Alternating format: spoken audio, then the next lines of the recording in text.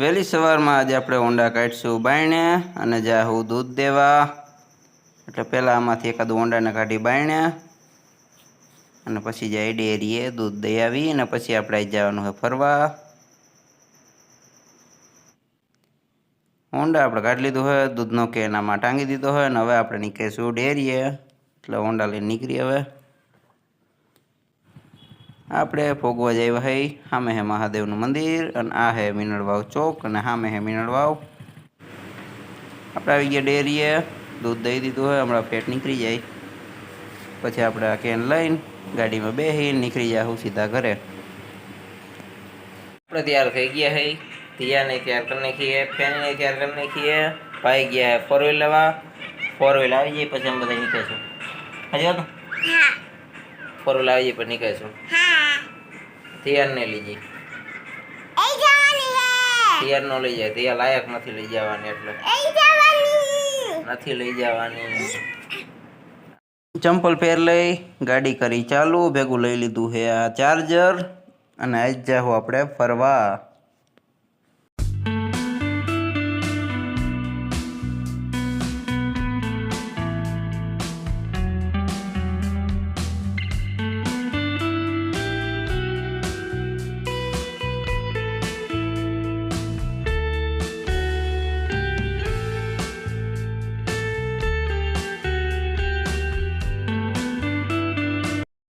આપણે પહોંચી ગયા છે જુનાગઢ. સામે આવી ગયો છે મજવડી દરવાજો.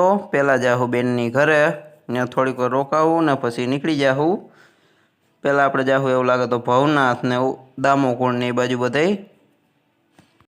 બેનની ઘરે આવ્યા ભેગા ધ્યાને જડી ગયો હિંચકો એટલે એ માંડી હિંચકવા, બાકી એની અંદર રમે છે અને થોડીક વાર પછી આપણે નીકળી જાઉં. બેનની ઘરેથી નીકળતા થોડુંક જાજુ મોડું થઈ ગયું એટલે હવે આપણે ફટાફટ જાઉં પહેલાં ભવનાથ બાજુ. એની કે રસ્તામાં પહેલાં આવશે દામોકુંડ, ત્યાંથી પછી જાઉં ભવનાથમાં મહાદેવના દર્શન કરવા માટે. એટલે પહેલાં આપણે પહોંચી જઈએ દામોકુંડે. અહીંયા આવી ગઈ રસ્તામાં શ્રીરામ ટેકરી કરીને એક બોર્ડ મારેલું હતું. આપણને આ જગ્યાનું બહુ નથી ખબર એટલે આપણે બોર્ડ જ વાંચેલું છે ને આપણે હવે સીધા જાઉં પહેલાં દામોદર કુંડે, જેને નોર્મલી દામોકુંડે કહે છે. સામે આવી ગયું છે દામોકુંડ અને વાહે મસ્ત લીલો પહાડ. એટલે પહેલાં હવે જગ્યા સારીથી ગોતતી મસ્ત ગાડીને પાર્કિંગ કરી કે કોઈને આપણે નડતરરૂપ ન થાય એટલે પહેલાં સારેથી એક જગ્યાએ ગોતી લઈ પછી આપણે મસ્ત દામોકુંડ જાઉં. જગ્યા આપણને જડી ગઈ છે, ગાડી ભાઈ રિવેસ મારીને અહીં હરખીથી અંદર પાર્કિંગ કરી દઈએ પછી આપણે જાઉં. સામે છે દામોકુંડ અને પહેલાં ખાંચામાં ગાડી પાર્ક કરી દઈ. આપણે આવી ગયા છે દામોકુંડમાં. સેજ પાણી જાય એટલે બહુ હેઠે છોકરાઓ નહીં લઈ જાય, પાણી સુધી લઈ જાઉં અને પછી આપણે અધર દર્શન કરવા જાઉં. આપણે આવી ગયા છે પુલ ઉપર, નીચે ઘણા બધા માણસ નાય છે. આપણે થોડીક વાર આટો મારી વન્યા અને હવે આપણે જઈ પહેલાં અધર દર્શન કરતા આવી. થોડાક ફોટા પાડીશું. ઉપરથી આપણે દામોકુંડના પાડી શકીએ, મંદિરની અંદરના નથી પાડી શકતા. અહીંયા સાઈડમાં બધા પુલ છે, અહીંથી વાહન અંદર નથી આવતા. આપણે આવી ગયા મંદિર પાસે. આપણે ચડી ગયા છે મંદિરની મેળી પર. ત્યાંથી આપણે દામોકુંડના સીન લઈએ ગઈ, મંદિર અંદરના નહીં.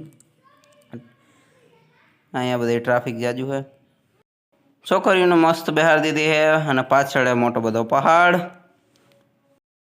હવે આપણે દામોકુંડથી નીકળી જાઉં અને જાઉં સીધા ભવનાથે, ભવનાથ મહાદેવના દર્શન કરવા માટે.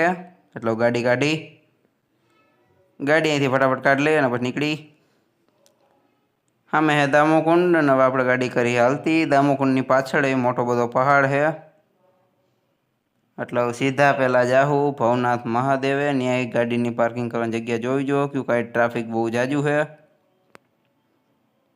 મસ્તનું આવી ગયું છે પુલ, જો કે દામોકુંડની સામે જ છે. અહીં નીચેથી પહેલાં નીકળી જાય.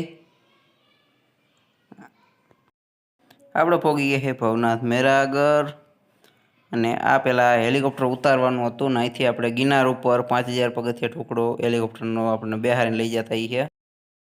સામે દેખાય છે ભવનાથ મહાદેવનો ગેટ, ત્યાંથી આપણે સેટ ટર્ન મારીશું એટલે આવી જાય ભવનાથ મહાદેવ.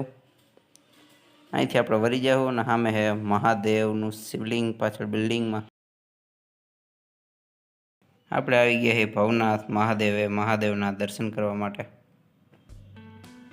આ છે ભવનાથ મહાદેવનું મેન મંદિર। સાઈડમાં છે તરતો પથ્થર।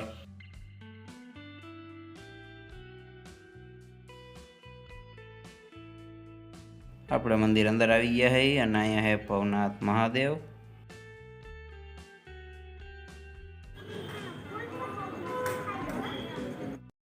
ભવનાથ મહાદેવથી પછી આપણે આવી ગયા છે ગાયત્રી મંદિરે। આગળ આપણે નહોતા જઈએ ગયા, આપણે ચડી જઈએ પગથિયા। શ્રી મહાકાલેશ્વર મંદિર, શંકર ભગવાન।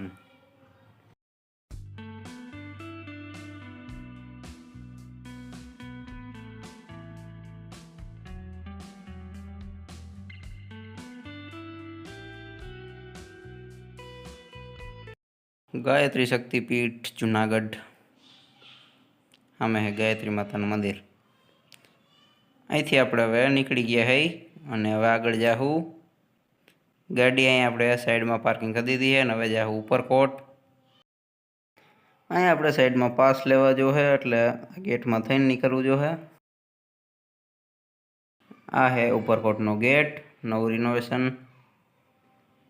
અહીંયા બહુ જાજુ ટ્રાફિક છે, વારો નહીં આવે, સાઈડ ટાઈમ પૂરો થઈ જાય।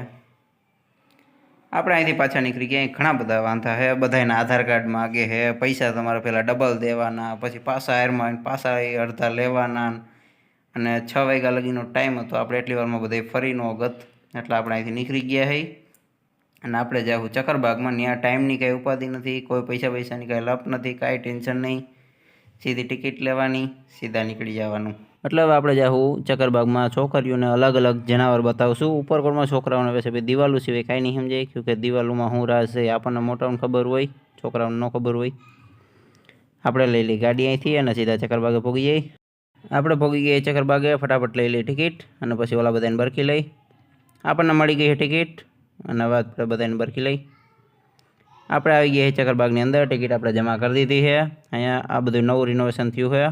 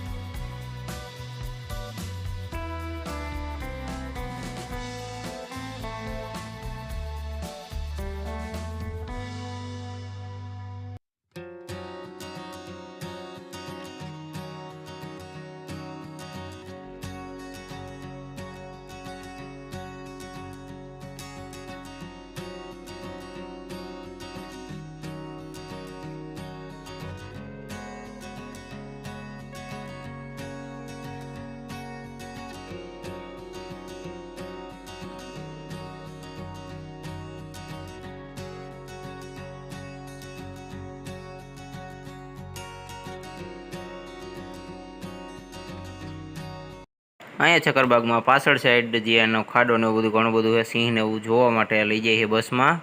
એની ટિકિટ ને એવું બધું એને લખ્યું હતું. અહીંયા છે ગેટ અને ઓલી બાજુ અહીંયા એના વાહન પડ્યા ટાઇલ્સ ને એવું બધું. આ એણકા ને મોર ને એવું બધું છૂટું છે. આ જારી તમને દેખાય ઓલી બાજુ આ બાજુ બધું ખુલ્લું જ છે. એને છૂટા રાખેલા છે અને અહીંયા સામે છે હિપ્પોપોટેમસ. હમણાં તમને બોર્ડ બતાવી દઉં. અહીંયા પાણીમાં છે. આ છે બોર્ડ અને અહીંયા પાણીમાં છે હિપ્પોપોટેમસ. આ છે પાડો.